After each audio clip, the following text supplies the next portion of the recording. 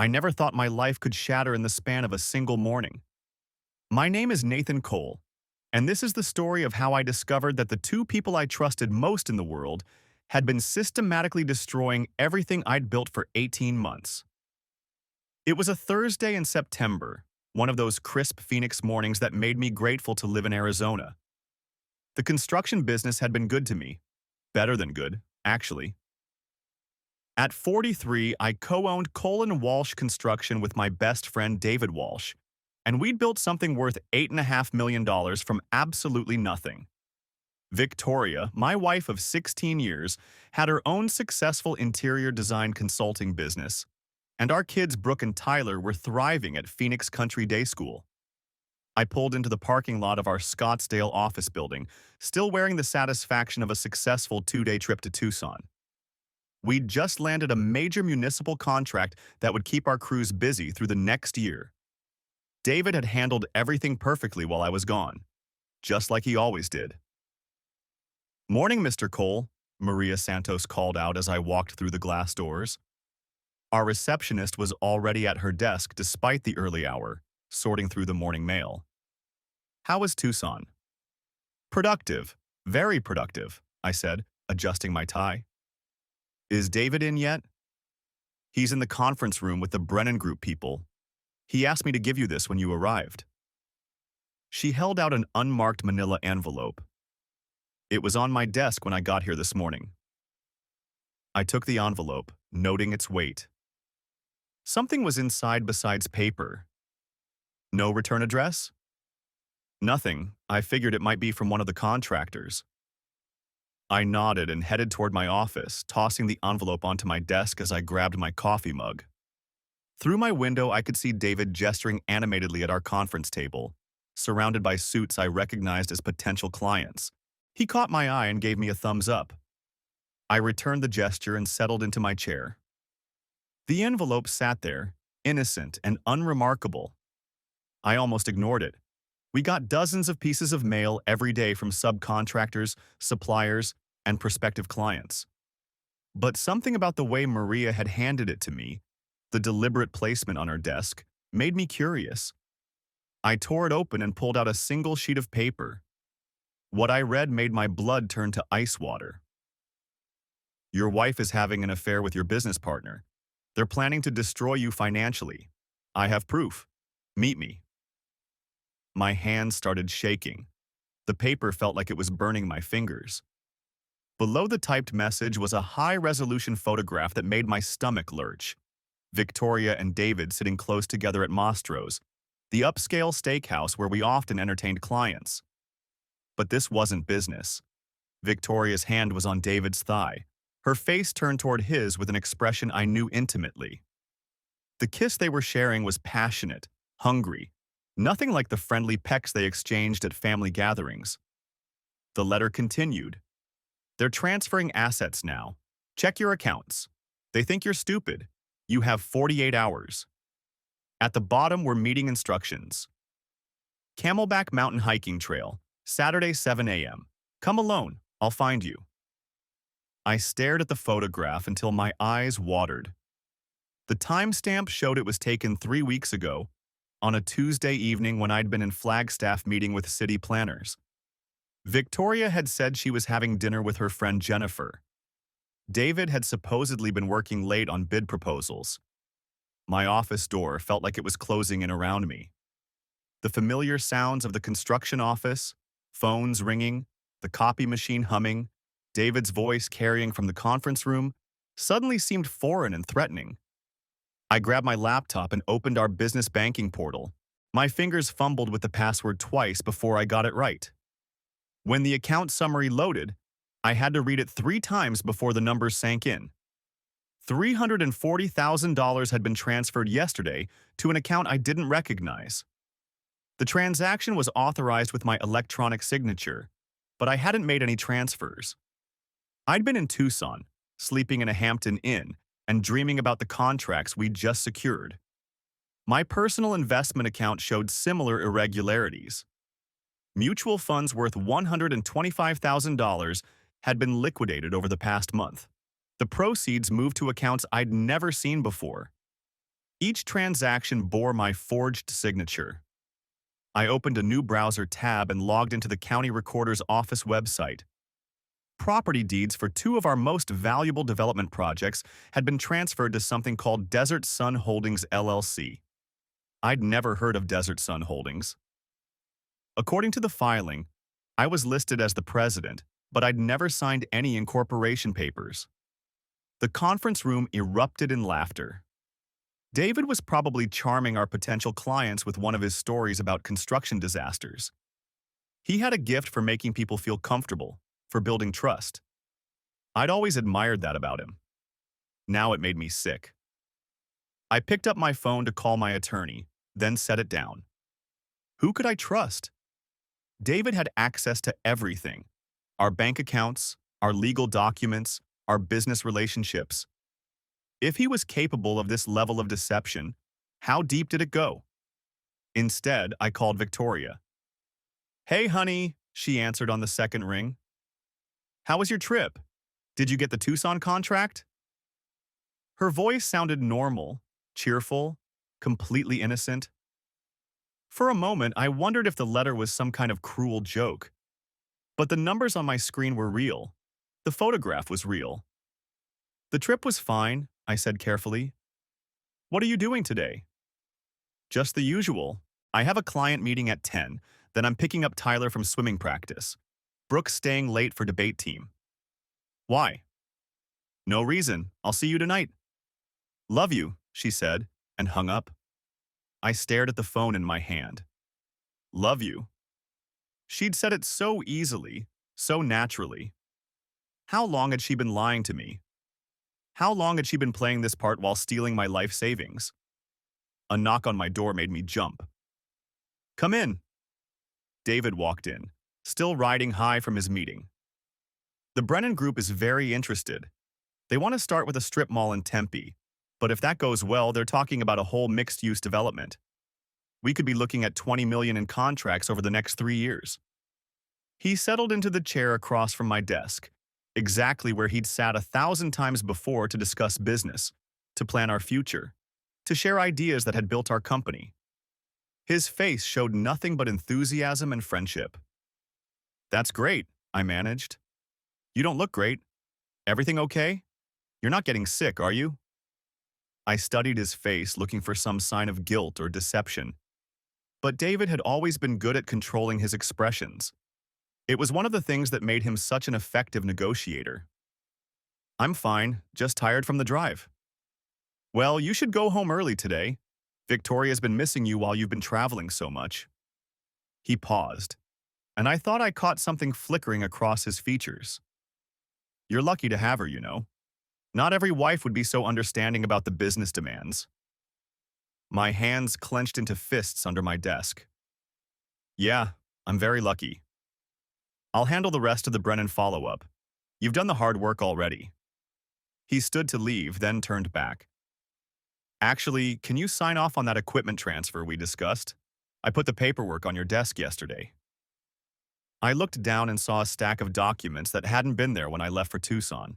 Equipment transfer agreements, authorizing the movement of our heavy machinery to a storage facility I didn't recognize. "I'll look at it later," I said. "No rush, just whenever you get a chance." After he left, I examined the transfer documents more carefully. The storage facility was owned by Desert Sun Holdings LLC, the same company that now apparently owned our development properties. The papers requested my signature to authorize moving over $2 million worth of excavators, bulldozers, and construction equipment. I wasn't going to sign anything. Instead, I spent the next 2 hours doing the most thorough audit of our business finances that I'd ever conducted.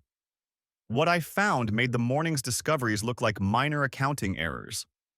Phantom employees had been added to our payroll, people who didn't exist but whose paychecks were being deposited into accounts I couldn't trace. Invoices for materials and services that had never been delivered. Purchase orders for equipment that had somehow disappeared from our inventory.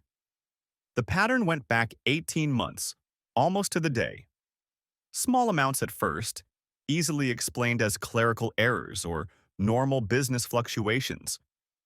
But the theft had accelerated dramatically in recent weeks, probably timed to my increased travel schedule. By lunchtime, I documented over $1.5 million in fraudulent transactions. And that was just what I could identify in a few hours of searching. My phone buzzed with a text from Victoria. Don't forget Tyler has a swim meet tomorrow night, 6 p.m. at Phoenix Country Day. I stared at the message, wondering how she could be thinking about swim meets while systematically robbing our family blind. Then I realized that was probably the point. Maintaining the illusion of normal family life while she and David bled us dry. I needed help, but I couldn't trust anyone in our normal circle of advisors. David had relationships with our attorney, our accountant, our banker. For all I knew, he'd been positioning himself to control our professional relationships for months. I did a Google search for business attorney Phoenix and found someone with no connection to our existing network. Jennifer Martinez had excellent reviews and specialized in partnership disputes and financial fraud. I called her office and managed to get an emergency appointment for later that afternoon. I need you to understand, I told Martinez as I spread the documentation across her conference table. I'm not looking for a divorce attorney yet. I need someone who can help me protect what's left of my business before they finish destroying it. Jennifer Martinez was younger than I'd expected, probably early 30s, but her questions were sharp and focused. She understood the financial documents immediately and didn't waste time with expressions of sympathy or disbelief. The good news is that you've caught this before they finish the job, she said, after reviewing everything. The bad news is that they've been very sophisticated about creating legal cover for themselves. These transfer documents would probably hold up in court if challenged individually. But taken together? Taken together, they constitute a clear pattern of embezzlement and fraud. The question is whether we can stop them before they move the remaining assets offshore or liquidate them entirely. She explained the legal steps we could take immediately: emergency injunctions to freeze all business and personal accounts, court orders preventing the transfer of any additional assets, and preliminary investigations to trace the money that had already been stolen. I should warn you, she said as I signed the retainer agreement, once we start this process, there's no going back. Your business partnership will be destroyed, your marriage will be over, and everyone involved will likely face criminal charges. Are you prepared for that? I thought about Brooke and Tyler, about the life we'd built, about the friendships and business relationships that would be casualties of this war. Then I thought about the photograph of Victoria and David kissing, about the millions of dollars they'd stolen while I was traveling to build our business. I'm prepared, I said. The legal paperwork was filed by 4 p.m. By 5, emergency injunctions were in place preventing any further transfers from our business or personal accounts. David wouldn't be able to move another penny without triggering immediate legal consequences. I drove home to Scottsdale, trying to prepare myself for what was coming. Our house sat on 2 acres in the foothills, a testament to the success Victoria and I had built together. The circular driveway wound through professionally landscaped gardens that Victoria had designed herself. Everything looked peaceful, normal, beautiful. Tyler was in the pool, working on his freestyle stroke. At 11, he was already showing real talent, fast enough to compete at the state level if he kept improving. Brooke was at the patio table with her laptop, probably working on homework. At 14, she was taking honors classes and maintaining a 4.0 GPA. My children. Everything I'd worked for, everything I'd built, was supposed to be for them. Victoria and David had been stealing their future along with mine. "Dad," Tyler called out when he saw me. "Watch this." He demonstrated the new diving technique his coach had taught him, slicing into the water with barely a splash. I applauded and gave him a thumbs up, trying to act normal while my world collapsed around me. "How was work?" Brooke asked, looking up from her laptop. "Productive, very productive." Victoria appeared from the kitchen carrying a pitcher of iced tea. She wore white shorts and a blue tank top that complemented her auburn hair. At 40, She was still strikingly beautiful, still the woman who'd caught my attention at a charity fundraiser 17 years ago. I'd fallen in love with her laugh, her intelligence, her passion for creating beautiful spaces. "You're home early," she said, kissing my cheek. "I thought you'd be buried in paperwork after being gone for 2 days." "David's handling most of it." I watched her face carefully as I said his name, looking for any reaction. Nothing. "He's been very helpful while I've been traveling. He's always been such a good friend to us," she said. "I don't know what we'd do without him." I excused myself to change clothes, using the time to think about how to handle the evening. The legal wheels were already in motion, but I needed more evidence before I confronted them directly. I also needed to prepare Brooke and Tyler for what was coming, though I wasn't sure how to explain that their mother was a criminal and their Uncle David was stealing from their family. Dinner was grilled salmon and asparagus, one of Victoria's signature meals. She chatted about her client meetings, about ideas for redecorating the guest bedroom, about plans for Tyler's upcoming birthday party. Everything seemed absolutely normal. After the kids went to bed, Victoria and I sat on the back patio with glasses of wine, watching the sun set behind Camelback Mountain. This had been our routine for years, our time to reconnect and discuss the day's events. "You seem distracted," she said. "Is everything okay with the business?" Here was my opening. I could confront her directly, demand explanations, force her to admit what she'd been doing. But something held me back. Maybe it was the wine, or the familiar comfort of our evening routine, or the desperate hope that there was still some reasonable explanation for everything I'd discovered. "Just the usual pressures," I said. "Growth brings complications. David mentioned that you're getting stretched thin with all the travel.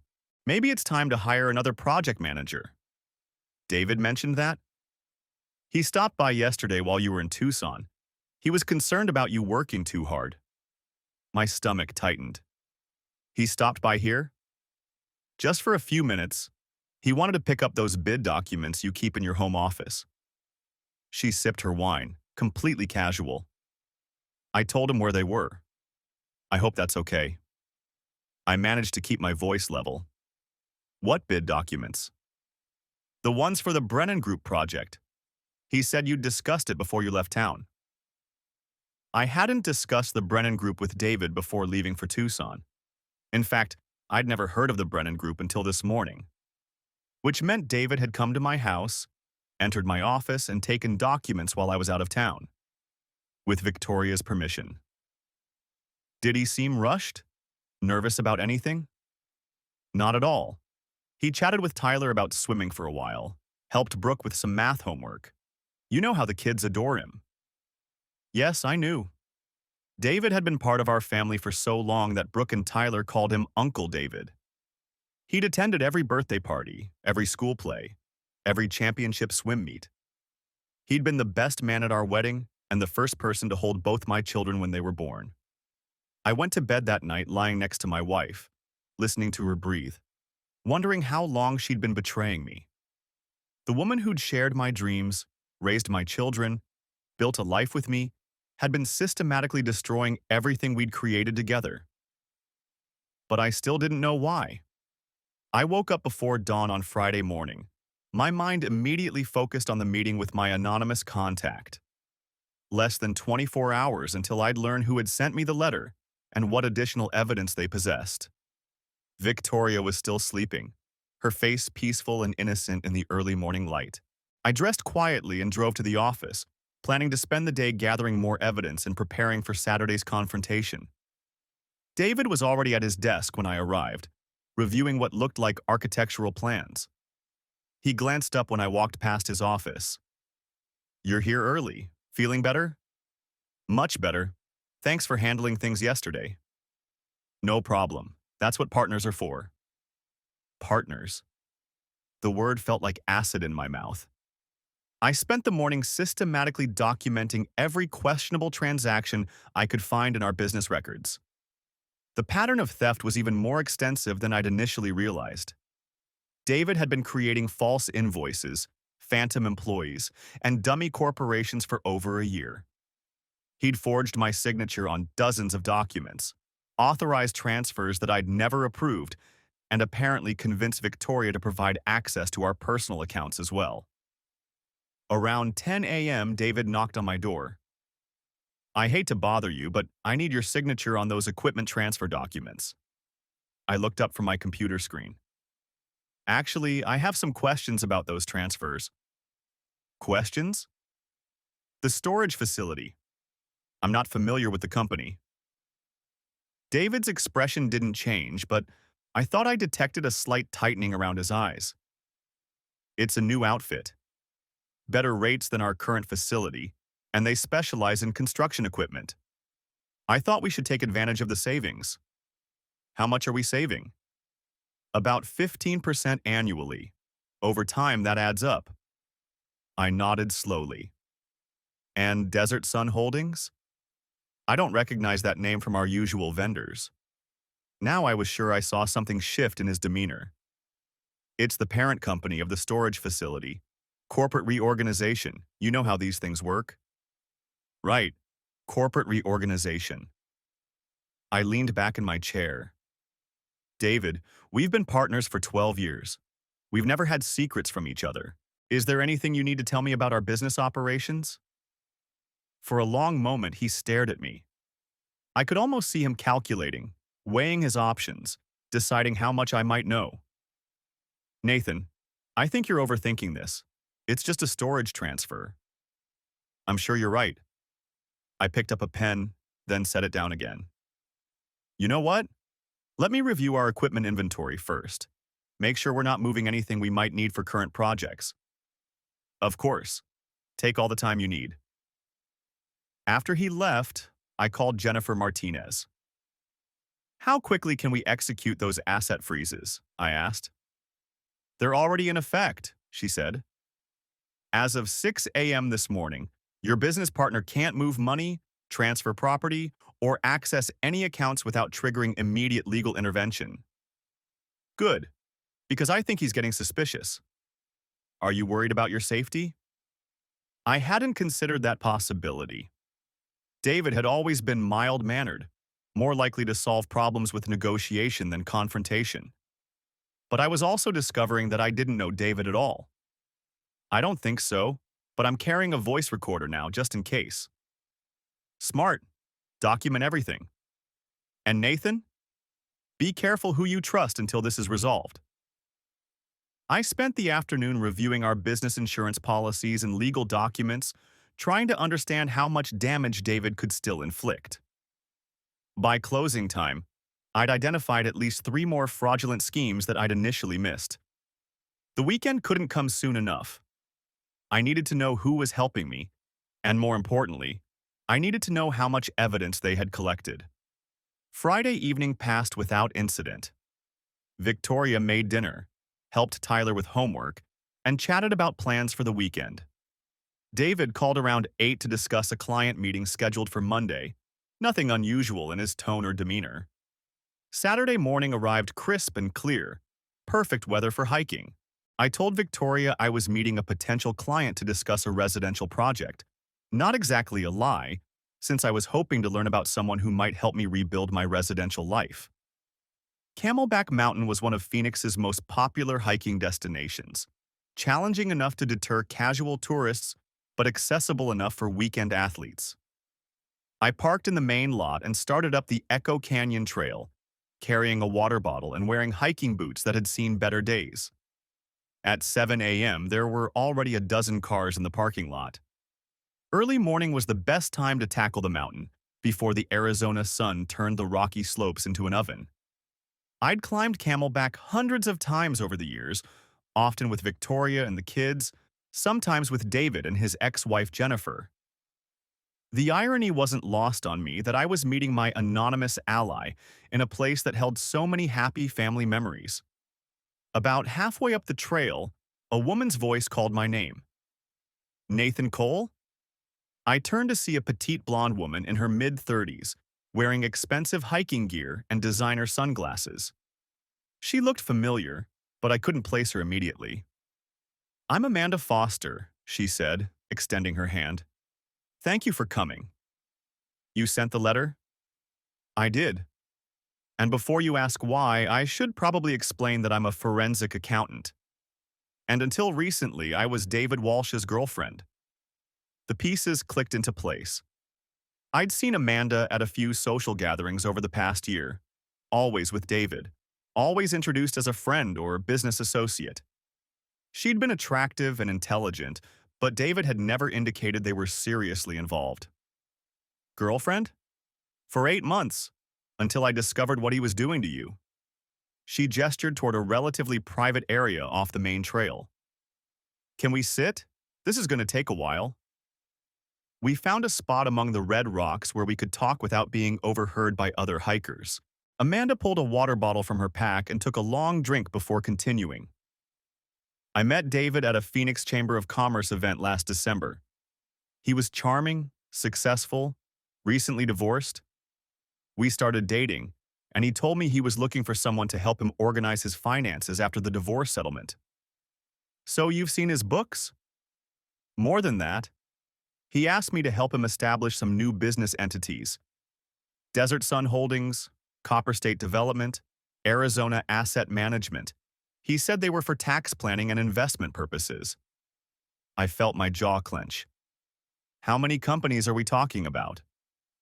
At least 6 that I helped him create. Probably more that he set up on his own. Amanda's voice was tight with anger. Nathan, I need you to understand something. When I agreed to help David, I thought I was assisting my boyfriend with legitimate business planning. It wasn't until last month that I realized he was using these companies to steal from you. What changed last month? He asked me to prepare financial projections for something called partnership dissolution and asset recovery. When I looked at the numbers he provided, I realized he was planning to bankrupt Cole and Walsh Construction and transfer all the valuable assets to his shell companies. And Victoria? Amanda's expression darkened. I followed them one evening. I'm not proud of that, but I was starting to suspect David wasn't being completely honest with me about several things. When I saw them together at Mastro's, she shrugged. The way they were touching, kissing, talking. They weren't discussing business. How long has their affair been going on? Based on what I've observed, at least 6 months. But the financial fraud started much earlier. I think David was stealing from your company long before he involved your wife. Amanda opened her backpack and pulled out a thick manila folder. I've spent the last 3 weeks documenting everything I could find. Bank records, incorporation documents, forged signatures, fake invoices. David kept copies of everything in his home office, probably as insurance against getting caught. I opened the folder and began scanning the documents. Even with my limited accounting knowledge, the scope of the fraud was staggering. David had created an entire shadow business structure designed to siphon money from Cole and Walsh Construction while maintaining plausible legal cover. This is incredible work, I said. Why are you helping me? You could have just walked away. Because David lied to me about everything.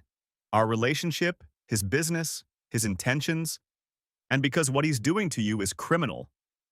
She paused, looking out over the Phoenix Valley spread below us. Also because I'm scared of what he might do if he finds out I know about this. Scared? David has a temper. I've seen glimpses of it when he thought no one was watching. He's also been asking questions about my work, about client confidentiality, about whether forensic accountants ever work with law enforcement. She turned back to me. I think he suspects I might be a threat to him.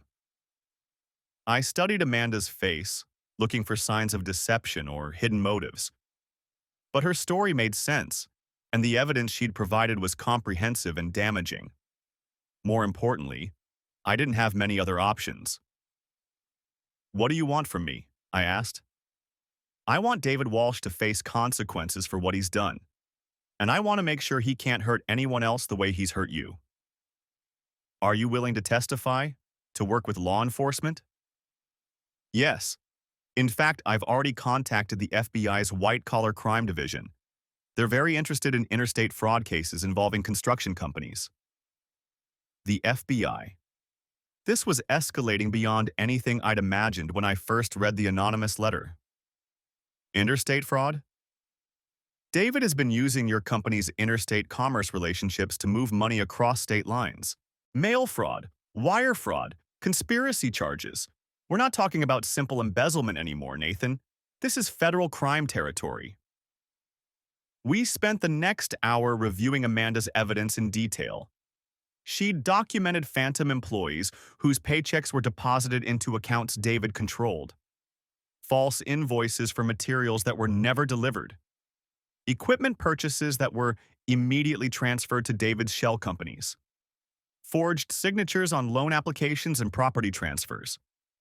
The total theft appeared to exceed $2 million, all of it carefully structured to avoid triggering automatic fraud detection systems.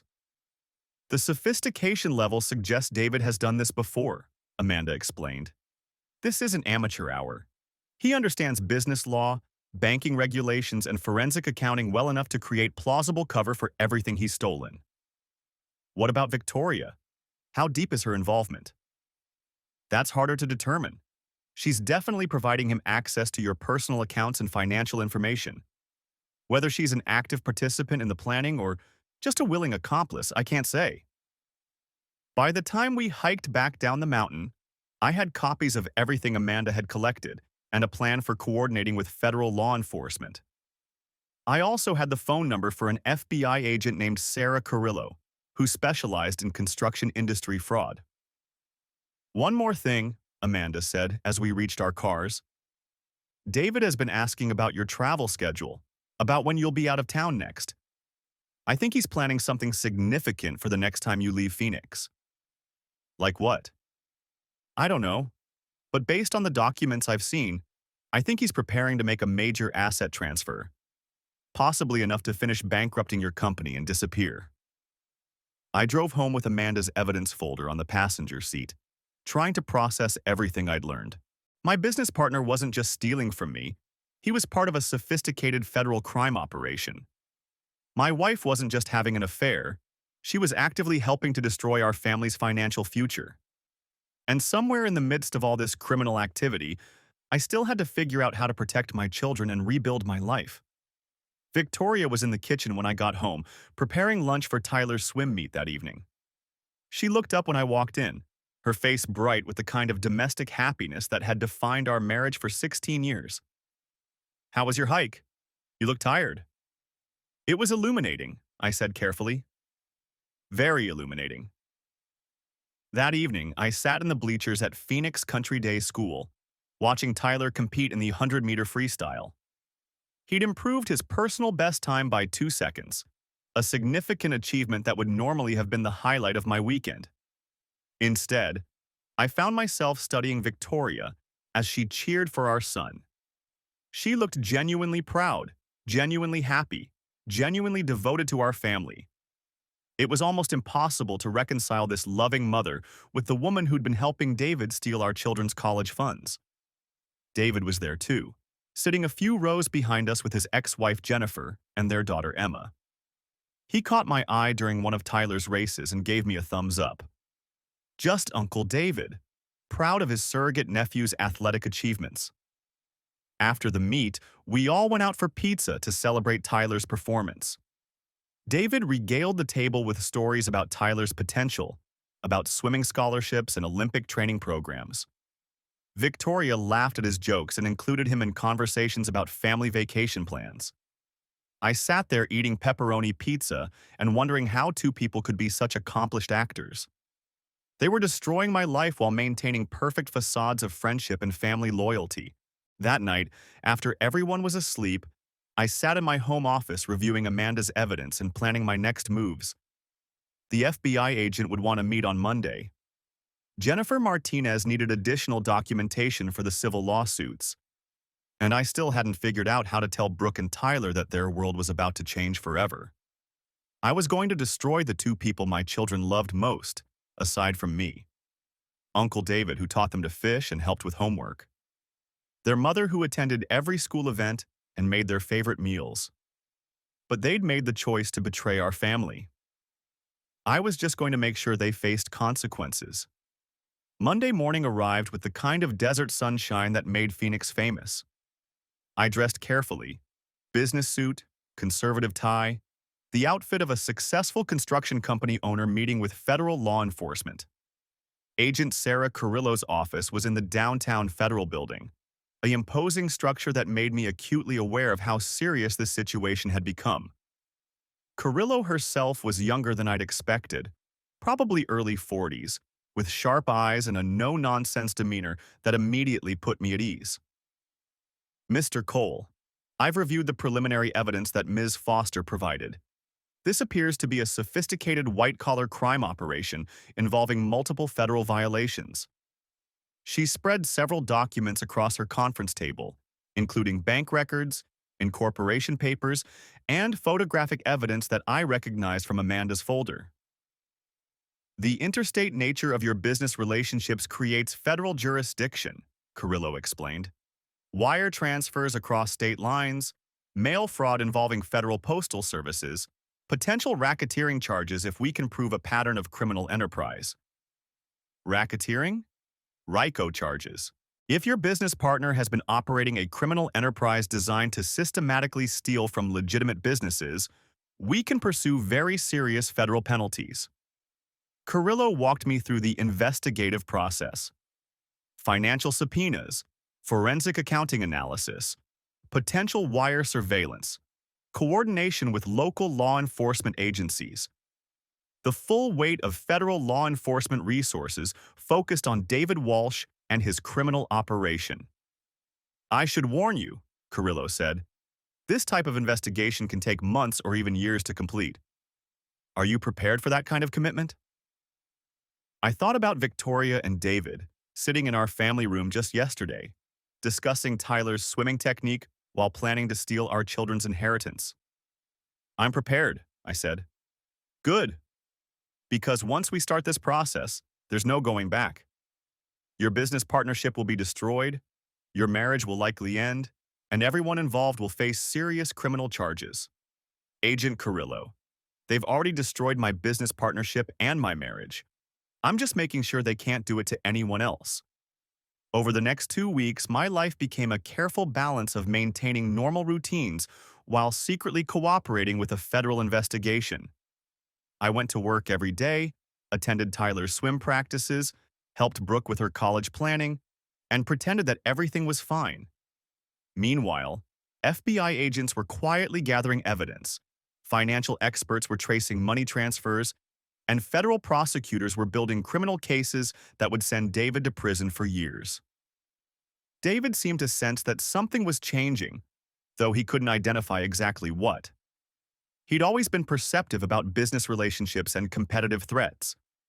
Now that same instinct was warning him that his criminal enterprise was under scrutiny. You've been distracted lately, he said one Thursday morning as we reviewed bid proposals. Everything okay at home? Everything's fine. Just thinking about expansion plans. Expansion? New markets, maybe Albuquerque or Denver. I've been researching opportunities. David's expression brightened. That's interesting. We should discuss it more. Maybe I could handle the advance work, get a feel for the local competition. I'll bet you could, I thought. Set up new shell companies, establish relationships with local banks, create fresh opportunities for embezzlement. Let's focus on Phoenix for now, I said.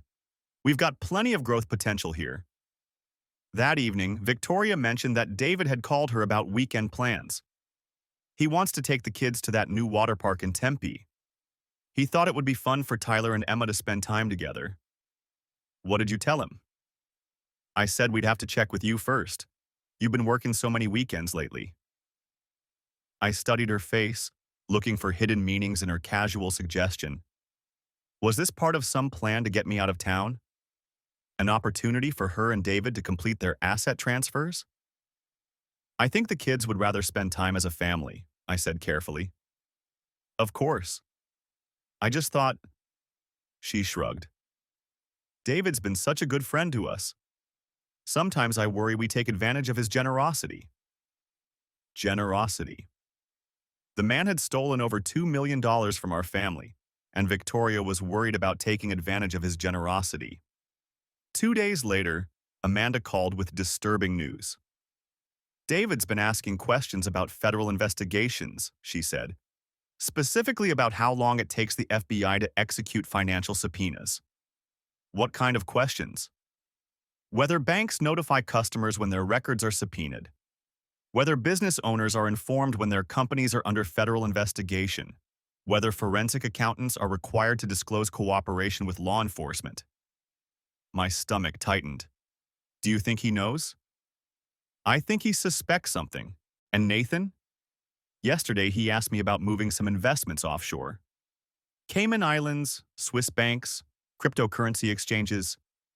He's talking about diversification, but it sounds more like preparation for running. If David fled the country before the investigation was complete, he might escape prosecution entirely. Worse, he might convince Victoria to go with him, taking my children out of the country and beyond the reach of American law enforcement. I called Agent Carrillo immediately. We need to accelerate the timeline, I told her. I think David Walsh is preparing to flee. How certain are you? Certain enough that I'm worried about my children's safety. There was a long pause. Mr. Cole, we can execute arrest warrants based on the evidence we have, but the case will be stronger if we wait for additional financial documentation. How much stronger? The difference between 5 years in federal prison and 15 years. I understood the math, but I also understood that David's freedom posed a direct threat to my family. If he ran, he might try to take Victoria and disappear forever. If he stayed and realized I was cooperating with federal authorities, he might become dangerous. Execute the warrants, I said. We'll make the case work with what we have. Agent Carrillo scheduled the arrest for the following Friday morning. David would be taken into custody at our office, Victoria at our home. Simultaneous raids would search both locations for additional evidence, while federal agents secured all relevant financial documents. I spent Thursday evening sitting on our back patio, watching Tyler practice diving techniques in the pool, while Brooke studied for her AP history exam. Everything looked peaceful, normal, exactly like thousands of other Thursday evenings we'd shared as a family. In 12 hours, their mother would be under arrest for federal crimes. Their Uncle David would be in federal custody facing decades in prison. Their life as they knew it would be over. But their future would be secure. The money David and Victoria had stolen would be recovered. The shell companies would be dissolved. The criminal enterprise would be destroyed. I was trading my family's immediate happiness for their long-term security, and I prayed I was making the right choice. Friday morning dawned clear and hot. Another perfect Phoenix day that would end with my life completely transformed.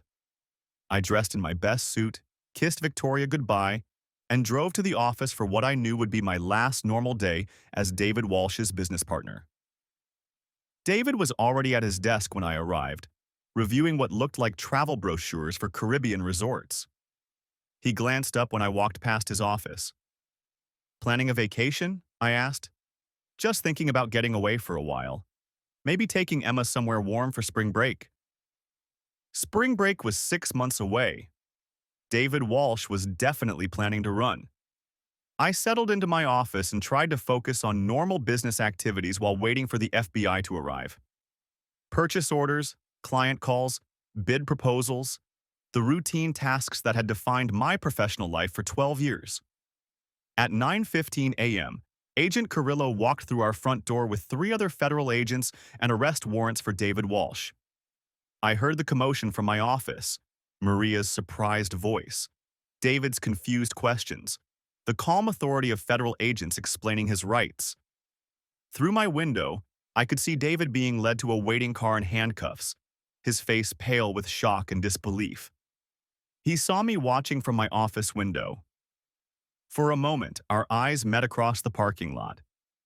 David's expression shifted from confusion to understanding to pure rage as he realized I was responsible for his arrest. He shouted something that I couldn't hear through the glass, but his meaning was clear enough. After 12 years of friendship and partnership, I had become his enemy. Agent Carrillo appeared in my doorway as David's car pulled away. "It's done," she said. "Mrs. Cole is in custody as well. The searches are underway at both locations." I nodded, not trusting myself to speak.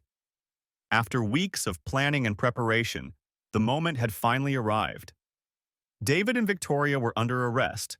Their criminal enterprise was being dismantled, and my family was about to learn the truth about the two people they'd trusted most.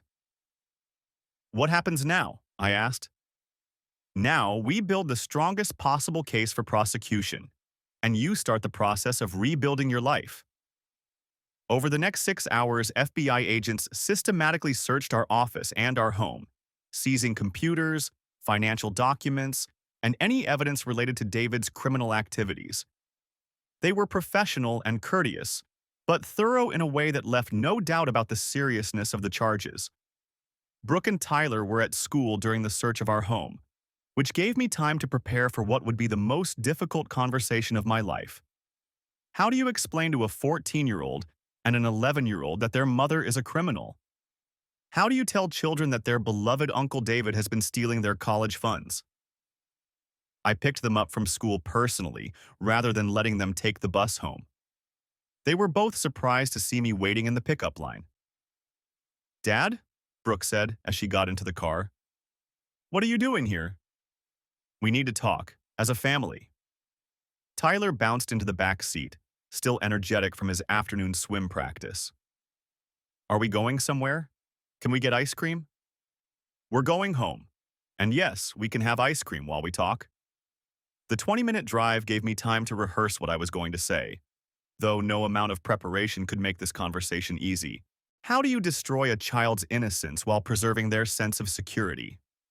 Our house looked normal from the outside, but I could see evidence of the FBI search in small details: slightly displaced furniture, gaps on shelves where documents had been removed, the lingering sense that strangers had been examining our most private possessions. We sat around the kitchen table with bowls of chocolate ice cream, the same spot where we'd shared thousands of family meals and conversations.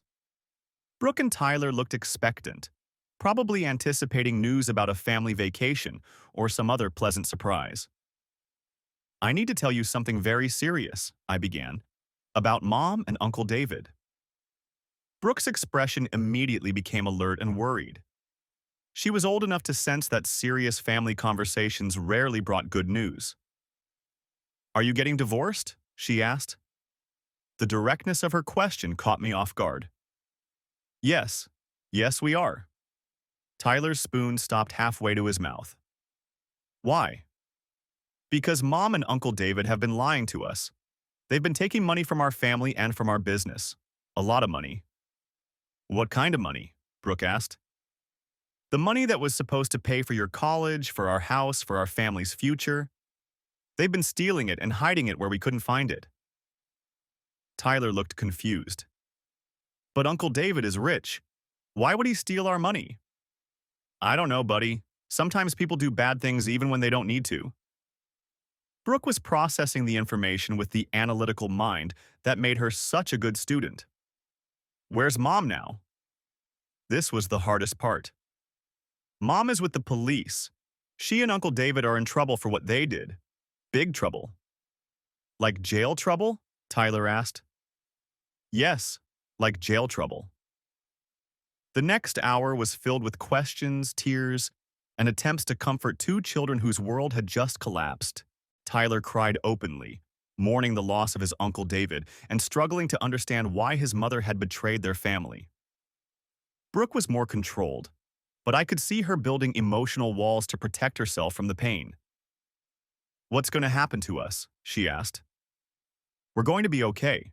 We're going to stay in our house, you're going to stay in your schools, and we're going to rebuild our family." "Without Mom?" "For now, yes. Without Mom." That evening, I called Jennifer Walsh, David's ex-wife and one of our closest family friends. She'd been as shocked as anyone by the arrests, having had no idea about David's criminal activities. "Nathan, I'm so sorry," she said. "I knew David could be selfish, but I never imagined he was capable of something like this." How's Emma handling it? She's devastated. She keeps asking when her daddy's coming home. Emma was 12, the same age as Tyler when their innocence had been shattered by adult criminal behavior. At least Emma's mother was innocent of wrongdoing. Tyler and Brooke had to deal with both parents being involved in the betrayal. If there's anything I can do, Jennifer continued, anything at all, please let me know. Actually, there is something. The kids are going to need counseling to process this. Would Emma benefit from joint sessions? Having someone her age who understands what she's going through? I think that's a wonderful idea. Over the weekend, I began the process of explaining the situation to our extended family and close friends. Most people were shocked but supportive, offering help with childcare, emotional support, and practical assistance. A few seemed skeptical that Victoria could be involved in serious criminal activity. She'd always been such a devoted mother and wife. But the evidence was overwhelming, and as more details emerged about the scope of the fraud, even Victoria's strongest supporters began to accept reality. Monday morning brought news that David and Victoria had been formally charged with multiple federal crimes: wire fraud, mail fraud, conspiracy, money laundering, and racketeering. David's bail was set at $5 million. Victoria's was set at $1 million. Neither of them made bail. Over the next several weeks, I worked with Jennifer Martinez to initiate civil lawsuits for recovery of stolen assets, while Agent Carrillo's team built the federal criminal case. Amanda Foster became a key witness for the prosecution, providing insider knowledge of David's criminal enterprise that strengthened the charges considerably. The local business community was fascinated by the case. Cole and Walsh Construction had been a prominent company with an excellent reputation. The revelation that one of the partners had been operating a sophisticated criminal enterprise made headlines in the Phoenix Business Journal and even attracted attention from national media outlets. I found myself in the unusual position of being both a victim and a public figure. Other business owners sought my advice about protecting themselves from internal fraud. Speaking opportunities arose at industry conferences and business organizations. But mostly, I focused on rebuilding my family and my company. Tyler and Brooke adapted to their new reality with the resilience that children often show in crisis situations.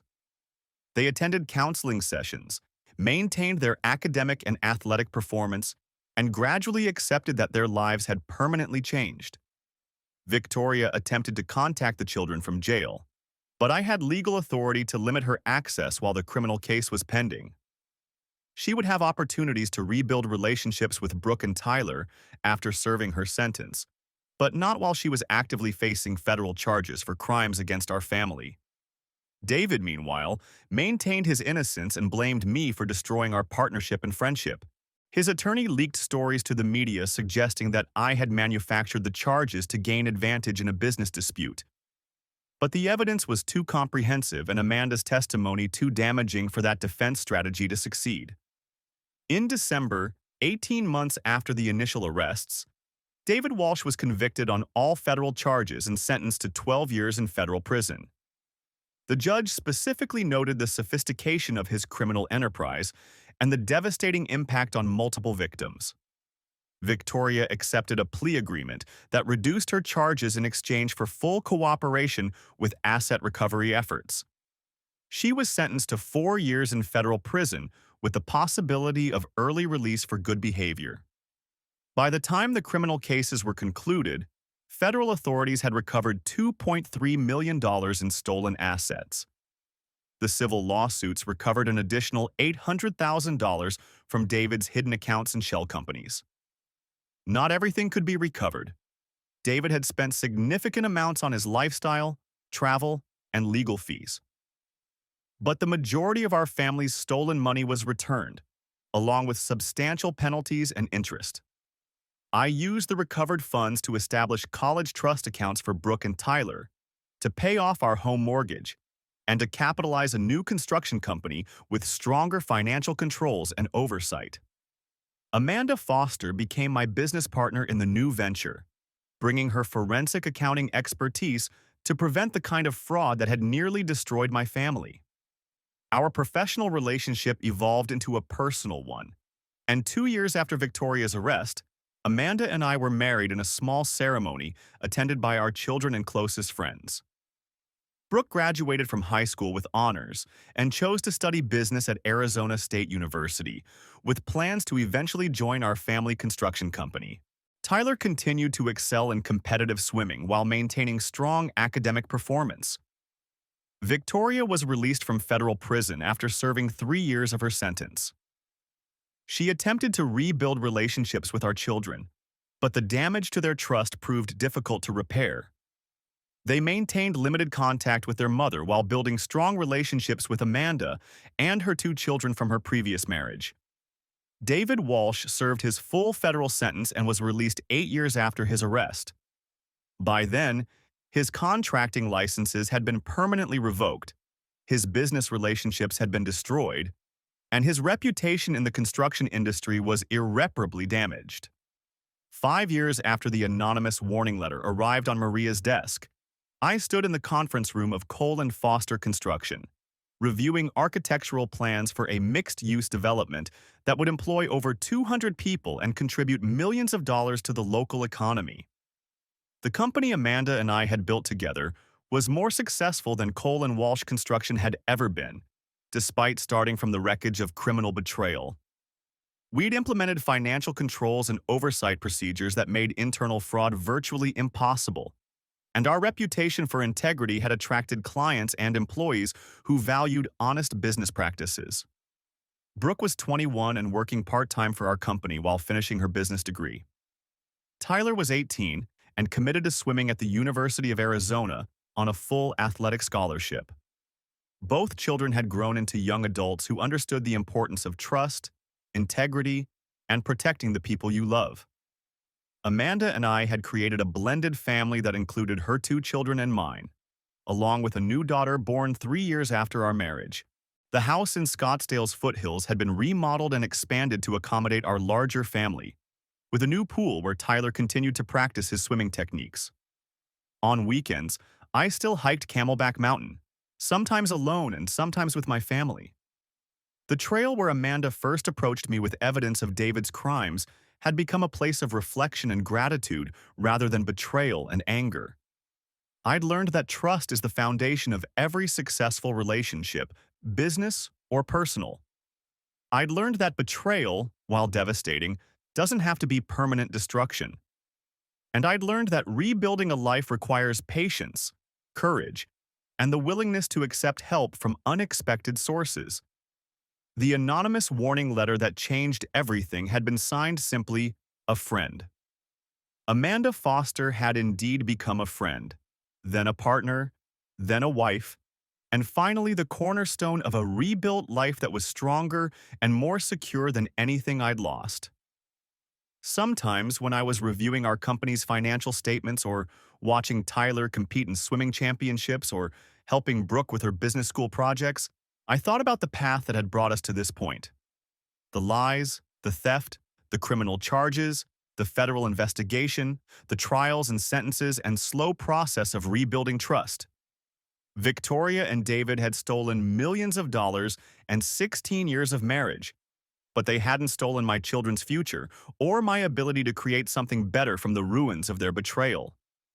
In the end, their criminal enterprise had made me a better businessman, a more careful partner, and a more appreciative father. The business I'd built with Amanda was more successful than anything I'd achieved with David. The relationship I developed with my children was stronger and more honest than it had been when their mother was living a double life. I'd lost a wife and a best friend, but I'd gained a true partner and a family built on honesty rather than lies. The anonymous warning had saved my life, but the real work of rebuilding had been my responsibility. And I'd discovered that starting over, while painful, can lead to something much better than anything you've lost. Late one Friday evening, as I was closing the office after a successful week of new contracts and completed projects, Maria approached my desk with an unmarked envelope. "This was on my desk this morning," she said. "No return address." For a moment, my heart rate spiked as I remembered another unmarked envelope from 5 years earlier. But this one contained only a newspaper clipping from the Phoenix Business Journal, an article about Cole and Foster Construction being named Phoenix Small Business of the Year. Someone had circled a quote from the article where I discussed the importance of trust and integrity in business relationships. In the margin, they'd written, "Well done, a friend." I smiled and filed the clipping in my desk drawer, next to the original anonymous warning letter that had started this journey. Both messages came from someone who cared enough to help me protect what mattered most, even when I didn't know I needed protection. The business empire I'd built with David Walsh had been worth $8.5 million on paper, but it had been constructed on a foundation of lies and theft that made it worthless in reality. The company I'd built with Amanda Foster was worth $12 million and growing, but more importantly, it was built on trust, transparency, and shared values that would protect our family and our employees for decades to come. Sometimes the best revenge is simply building something better than what your enemies tried to destroy. Sometimes the greatest victory is discovering that you're stronger and more capable than you ever knew. And sometimes an anonymous warning from a stranger can save your life, your family, and your future, if you're brave enough to act on it.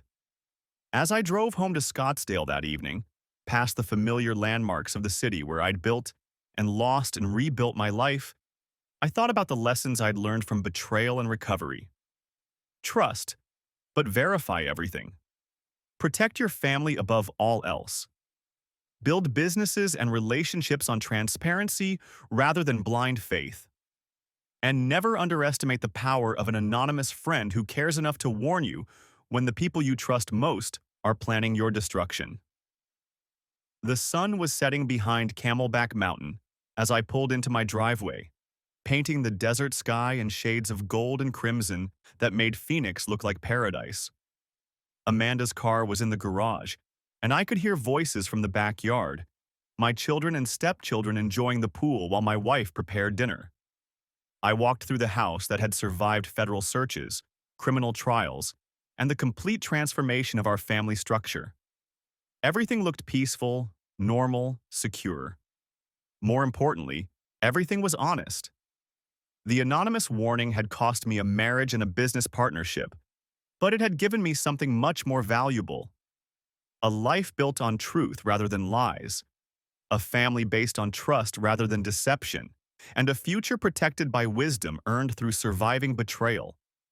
I changed into swimming shorts and joined my family in the backyard, ready to enjoy another evening of the life I'd rebuilt from the ashes of criminal conspiracy.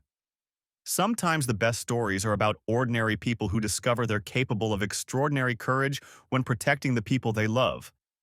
Sometimes the greatest victories come from refusing to let betrayal defeat you. And sometimes an unmarked envelope containing an anonymous warning can be the beginning of the best chapter of your life, rather than the end of everything you thought you knew about the people you trusted most. The story of my destruction and rebuilding was complete, but the story of my family's future was just beginning. And this time, it would be written with honesty, integrity, and the hard-earned wisdom that comes from surviving the worst betrayal imaginable and discovering that you're strong enough to build something better from the ruins. The anonymous friend who had saved my life would probably never know how their warning had transformed not just my family's financial security, but our entire understanding of what it means to trust, to build, and to protect what matters most. But they had given me the greatest gift possible, the chance to start over with knowledge, wisdom, and a partner who shared my values rather than my destruction. In the end, that was worth more than any amount of money David and Victoria could have stolen, and more valuable than any business empire built on lies and betrayal. The truth had set me free, and freedom had allowed me to build something stronger, better, and more lasting than anything I'd lost. As I watched Tyler practice his diving technique in the pool, where he'd been perfecting his form for years, I realized that some things had remained constant through all the chaos and transformation. My children's talent, determination, and character had survived their mother's betrayal and their Uncle David's crimes. The house and the pool and the backyard where we'd spent countless family evenings were still here, still serving as the foundation for new memories and new traditions. And I was still the same man who had built a successful construction company from nothing, who had raised amazing children, and who had the strength and wisdom to protect his family when they were threatened by the people they trusted most. The anonymous warning had revealed the threats, but I had found the courage to act on that warning. The FBI had provided the legal tools, but I had done the work of rebuilding trust and security. Amanda had provided partnership and love, but I had created the opportunity for that relationship by choosing to fight for my family's future rather than accepting defeat. Sometimes the most important thing you can do is recognize when someone is trying to help you, even if you don't know who they are or why they care. Sometimes the bravest thing you can do is accept that the people you love most have betrayed you and choose to protect your family anyway.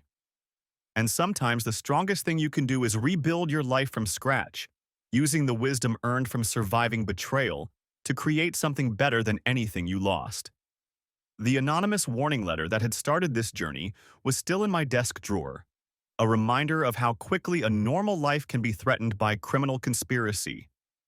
But it was also a reminder that ordinary people can find extraordinary strength when protecting what matters most. My family was safe, my business was thriving, and my future was secure. The people who had tried to destroy us were serving federal prison sentences, their criminal enterprise dismantled, and their stolen assets recovered. The anonymous friend who had warned me about the conspiracy would always remain unknown, but their gift of truth and courage had made everything else possible. And the life I'd built from the ruins of betrayal was stronger, more honest, and more valuable than anything David Walsh and Victoria Cole had tried to steal. In the end, that was the greatest victory of all. Discovering that you can survive the worst betrayal imaginable and build something better from the wreckage, if you have the courage to act on warnings from anonymous friends who care enough to tell you the truth when the people you trust most are planning your destruction.